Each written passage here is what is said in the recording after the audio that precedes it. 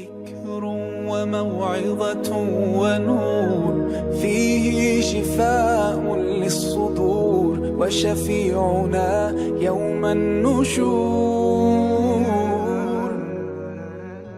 Allah subhanahu wa ta'ala bizden ölümni, meyli zaman, makan, sebep, yaş noktasından bizden yuşudu.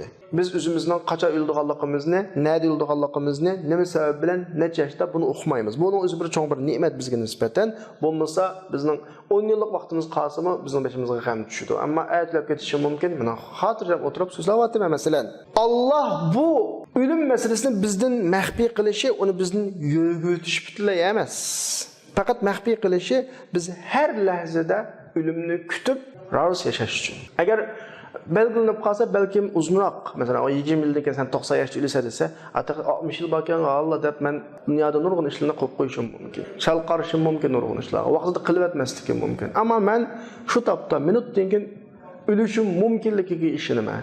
Bir soatdan keyin zamin ustida yo'q bo'lishimga ishonaman. Yo'q bo'lish mumkinchiligimga. Shunga vaqtni chang tutib her zaman Allohni eslep Allah'ını unutmayma. Mana bunun bu ehmiyeti bu.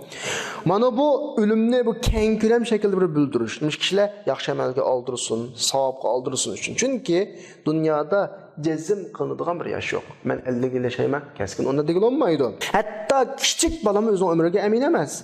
Yoshmi o'zining umriga amin emas. O'tirhol yoshdagilarimiz o'zining umriga amin emas. Shunga bizni hammadan yaxshilikqa aldırışı gerek, ölüm tuyuqsuz kep qilib asipeti ölmeslik üçün.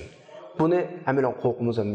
Günah işlerini qilish to'g'ri kelib qolsa-mı, mushibati ölüp ketsem, nim bo'lib ketar, sat ölüp ketarman, rasvochilikda o'lamanmi deydigan bir xil tuyg'u bilan diqqat qildigan gap.